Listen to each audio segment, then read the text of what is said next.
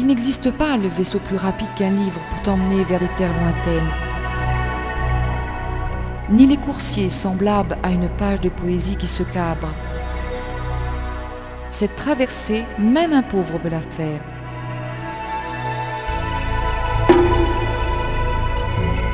Sans souci du péage, car le chariot de l'âme n'est pas exigeant.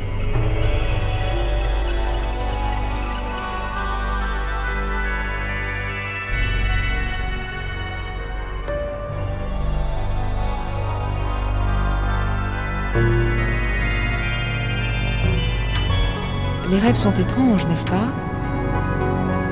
Il se passe des choses incroyables dans les rêves.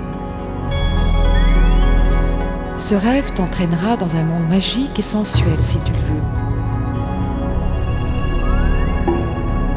Mais pour commencer, qui es-tu? Homme ou femme?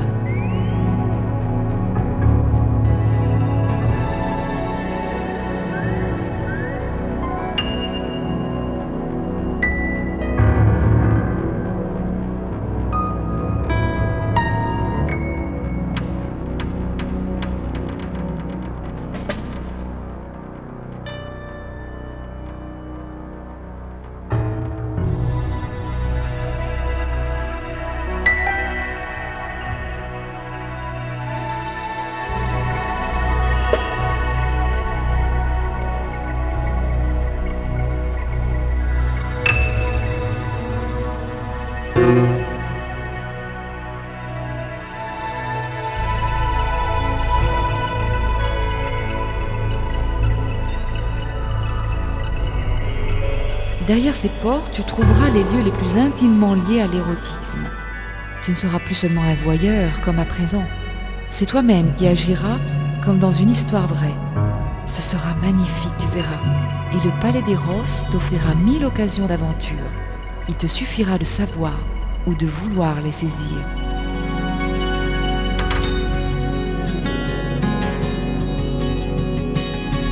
Le berger, confus, s'approcha d'elle comme un amant plein de timidité. Elle le regarda malicieusement, puis, aussi capricieuse qu'une chevrette, elle lui offrit 1000 baisers de ses lèvres.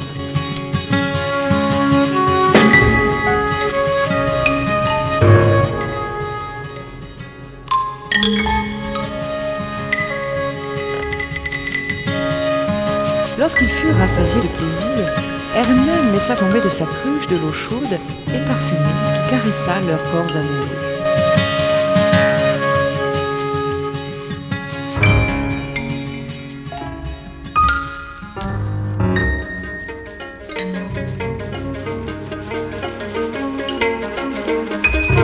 Elle s'agenouilla près de moi, je commençai à toucher son corps.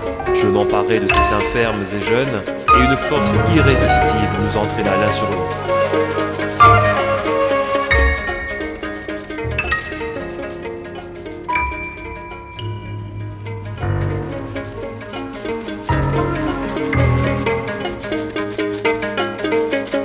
Elle avait l'air d'être possédée par un dieu. Elle ôta son turban, la seule chose qu'elle avait encore sur elle, et le frotta sur ses lèvres, sur sa poitrine et sur son ventre palpitant de désir.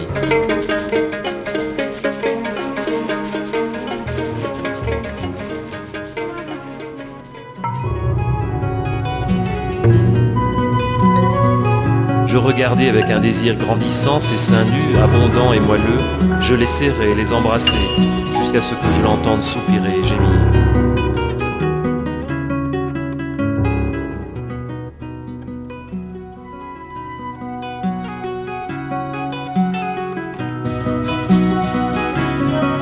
Je m'abandonnais à la maestria de ses mains qui parcouraient mon corps en le faisant vibrer.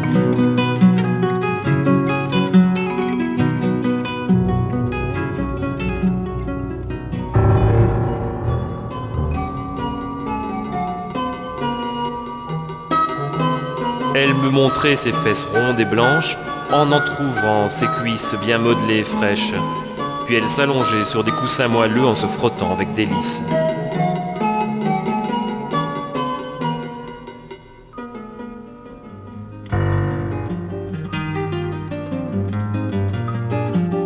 J'adorais Cécile, quand, épuisée après chaque spectacle, elle entrait dans la salle de bain et lentement elle défaisait ses habits et les jetait à terre, l'un après l'autre.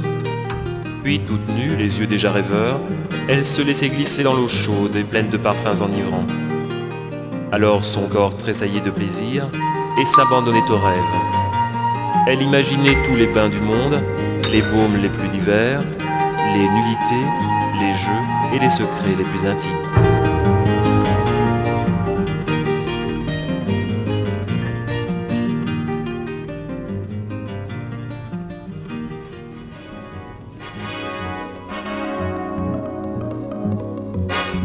Je me liais d'une tendre amitié à Sappho, et j'écoutais avec enchantement sa douce voix quand elle sortait d'une rivière et qu'une jeune fille l'essuyait en caressant son corps harmonieux.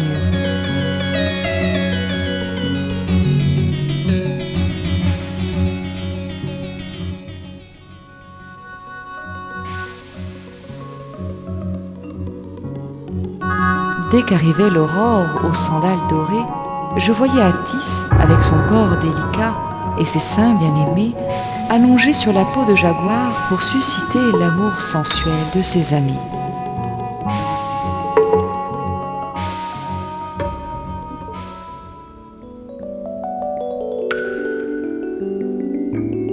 Son regard enflamma mes sens et je frissonnais de plaisir. Elle m'offrit sa bouche et sa langue parfumée.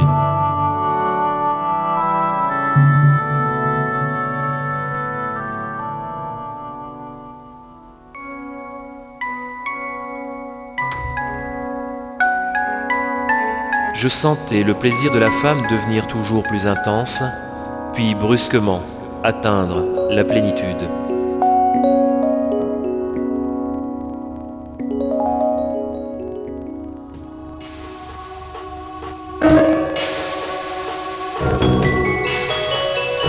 Elle prit un ruban rouge entre ses doigts, le porta à ses lèvres gonflées et commença à le sucer avidement.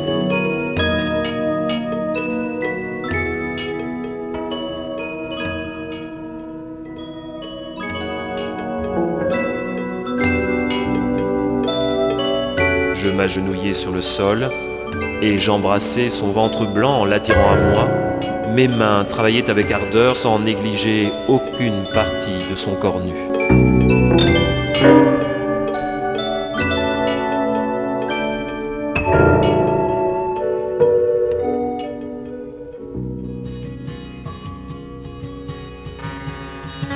Le jeune berger brûlait d'un amour sans espoir pour la jolie Hermione.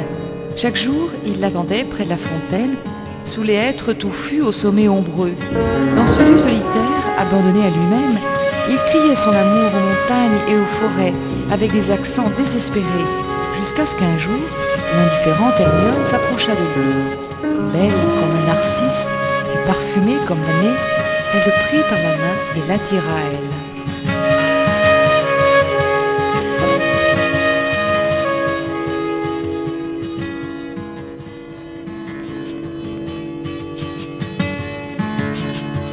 Les mains de la jeune fille étaient belles, blanches et fraîches comme des fleurs. Elles avaient un charme particulier. Quand elles parlaient, elles évoluaient comme une musique, semant le trouble dans le cœur du berger.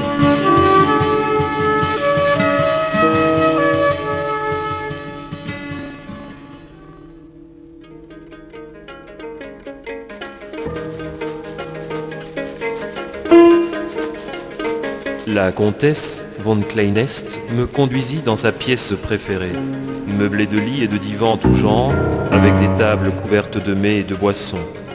Peu après entra Zora, la servante noire que la comtesse aimait. Je remarquai que Zora laissait reposer ses seins nus et noirs sur un plateau chargé de fruits exotiques. Je sentis frémir dans ma poitrine un désir sauvage et irrésistible.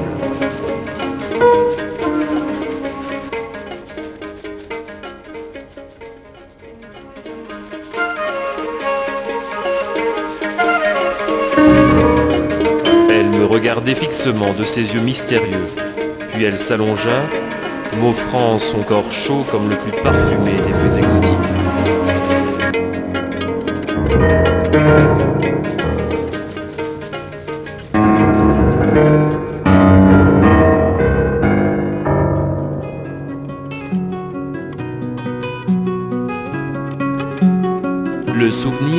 Lia suscite toujours dans mon cœur un regret délicat. À cette époque-là, j'avais de nombreuses maîtresses, même très belles et plus jeunes qu'elle. Mais le temps passé avec Lia était différent. J'aimais sa présence. J'entrais dans cette maison chaude et accueillante comme son corps. Je la regardais satisfait, tandis qu'elle se déshabillait et qu'elle s'allongeait mollement sur le lit, en m'offrant avec ravissement son corps lourd.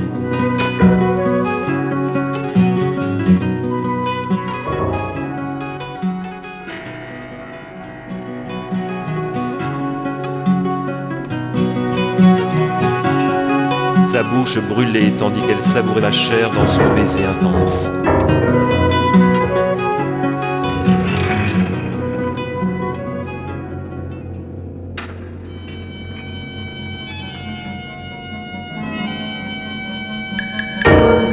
Je travaillais depuis des années comme domestique dans la villa du comte Gérard et ma seule distraction, au milieu de tant de travaux, était d'épier sa sœur, femme d'une grande beauté, quand, nue, elle se préparait pour le bain.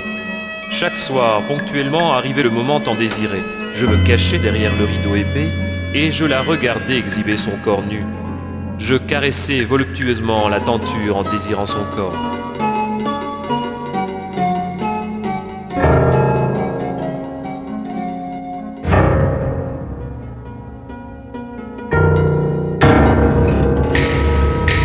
Je tombais dans un état de confusion terrible et j'imaginais mes mains qui pétrissaient son corps excité.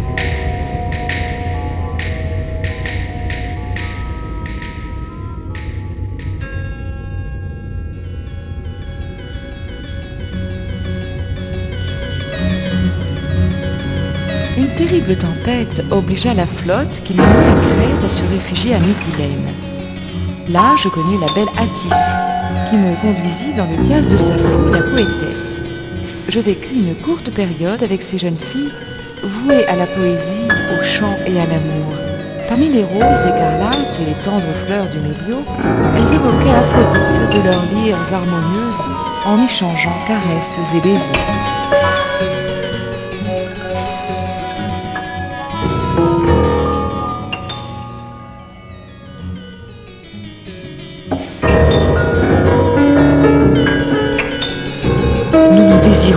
Et nous nous caressons comme des biches, et l'amour nous entraîne aux extrêmes limites de la terre.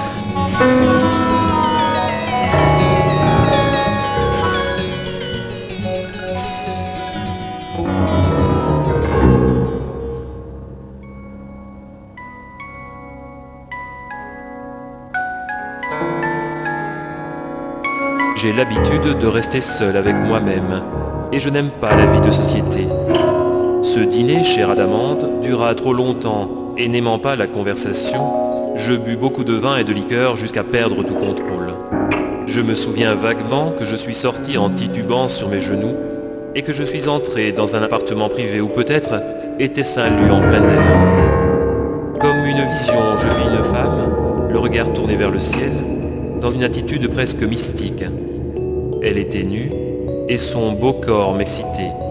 Je m'approchai pour la faire mienne.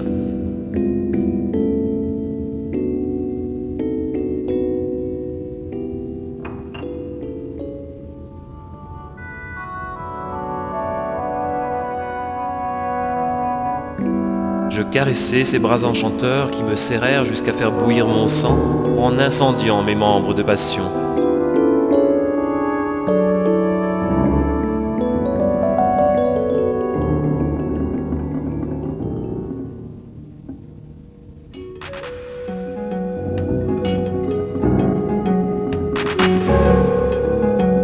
C'était un après-midi d'été long et ennuyeux. Je regardais distraitement par la fenêtre de ma chambre quand je vis au fond de la cour une silhouette étendue par terre. C'était une petite jeune fille tombée de cheval. Elle avait des cheveux clairs et ondulés, des lèvres rouges et de profonds yeux bleus, rendus encore plus beaux par de longs cils. Je l'amenai à mon appartement et lui montrai la salle de bain pour qu'elle lave ses genoux écorchés et salis par la chute. Je restai consterné quand je la vis revenir toute nue et aller s'asseoir en face de moi.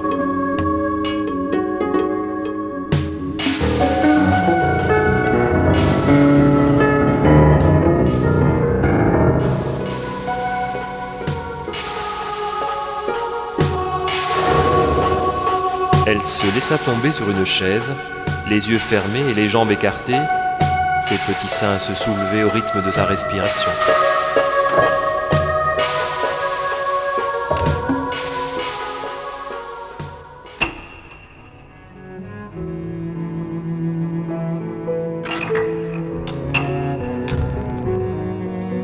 Chaque fois que je pense au ciel bleu et au soleil resplendissant de l'Amérique du Sud, affleure en moi le souvenir de ce matin où, tandis que je me promenais dans les rues bruyantes et animées, je fus abordé par une négresse qui baisa mes mains et d'une voix tremblante m'invita à la suivre. Elle me fit entrer dans une petite villa et là me conduisit dans une pièce. J'entrai. Mes yeux tombèrent immédiatement sur la femme nue, très belle, gracieusement allongée sur le divan. Elle avait l'air de m'attendre. Mes sens s'enflammèrent et je fermai les yeux.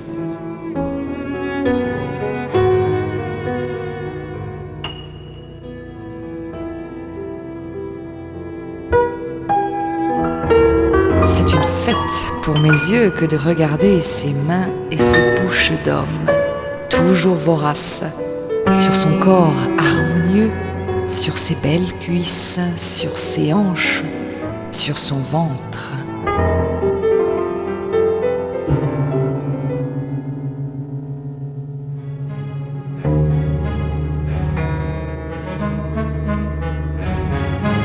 J'étais bibliothécaire dans un pensionnat du Devon quand mes fantaisies érotiques eurent le dessus sur ma raison. J'imaginais toutes ces jeunes filles évoluant en tenue légère parmi les livres et se concédant à moi plus d'une fois.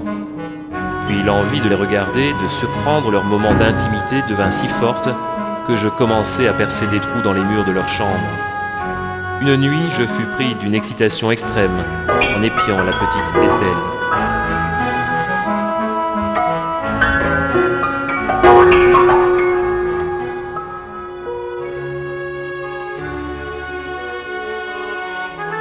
Elle avait une peau très blanche et un cou gracieux, des yeux immenses et langoureux, de longs cils, un nez de forme parfaite et des lèvres couleur rubis qui semblaient faites pour les baiser.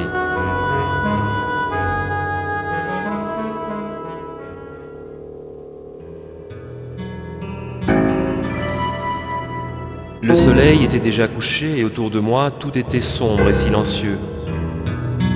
Les ruelles qui me conduisaient jusqu'à Akari étaient balayées par un vent chaud et étouffant. De loin, je vis une grotte, j'y entrai et m'y préparai une couche. Le soleil allait m'emporter quand j'entendis des bruits et vis des éclats de lumière. Je saisis mon sabre et m'approchai lentement. Derrière la grotte s'ouvrait un lieu magnifique où je vis une femme nue qui riait sans retenue en écoutant un chant lascif. L'atmosphère était extrêmement séduisante.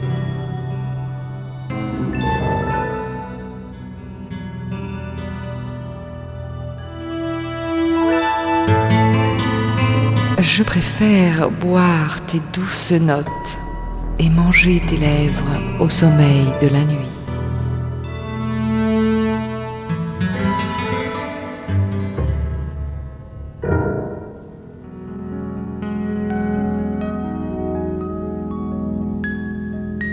À cette époque-là, chaque fois que j'entrais dans le boudoir pour peindre Gabriel et Nadine, je vidais mon esprit surchargé de tant d'excès et je le remplissais de leur image. L'image de ces créatures dociles sous mon pinceau. Je jouissais des lumières et des ombres qui se posaient sur leur beau corps. Je les représentais dans les attitudes les plus insolites, tandis qu'elles mangeaient, tandis qu'elles parlaient, ou que leurs joues se frôlaient doucement en s'embrassant.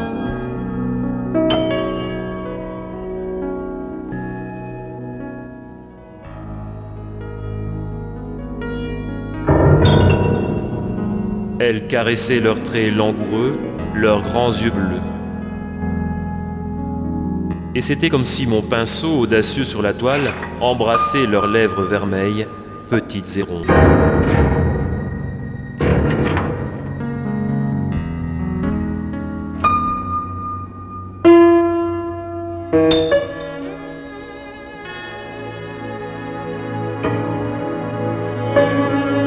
mon esprit, je revois notre premier nid d'amour. Je la rappelle, enfoncée dans les oreillers, auréolée par la pâle clarté de la lampe. Je revois le lit défait s'ouvrir dans l'ombre, nous qui parlions tout bas pour ne pas être découvertes.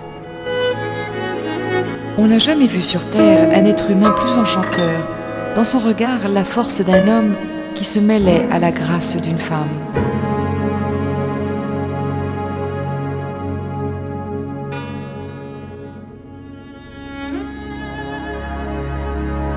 Laisse-toi aller, oublie qui tu es. C'est comme ça que je te veux, tous les sens enflammés, chaude, ne faisant qu'un seul corps avec le mien.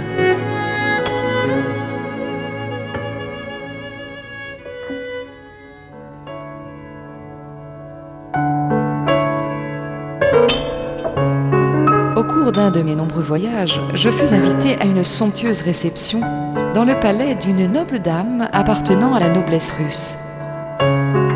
La fête avait été préparée avec beaucoup d'éclat. Les habits étaient merveilleux, les bijoux scintillaient. Au cœur de la nuit, quand les salons étincelaient encore de l'éclat des lumières, la dame fit appeler une petite jeune fille à la peau sombre et aux formes pleines. Le brouhaha s'atténua dans la pièce, la jeune fille laissa tomber ses vêtements dans un coin, alla s'asseoir commodément sur un divan et montra son corps à tous les invités sans aucun embarras.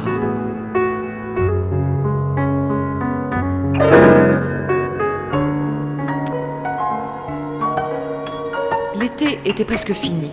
Le jeune homme marcha au milieu des dunes, regarda les galets, les coquillages et les brindilles enfoncés dans le sol. Il regarda le ciel clair, sans nuages, et la mer calme et infinie.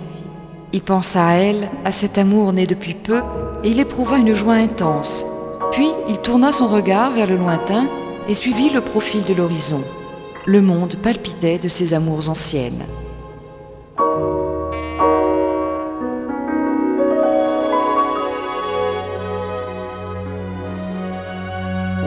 Ô Athéniens, le grand jour est arrivé. Nous inaugurons les thermes. Invoquons Hermès, dieu des champs, et Pan et les nymphes pour ce moment sacré. Allons, les enfants d'un pied léger, former une ronde, et tenez-vous par la main. Allons, allons, plus vite. Et vous, le cœur, commencez, célébrons de nos chants Artémis, la chasseresse. Réjouissez-vous, les enfants, que les dieux sourient avec bienveillance et qu'ils protègent nos termes. Que les intrigues, les amours et les douleurs des hommes et des femmes trouvent enfin la paix ici.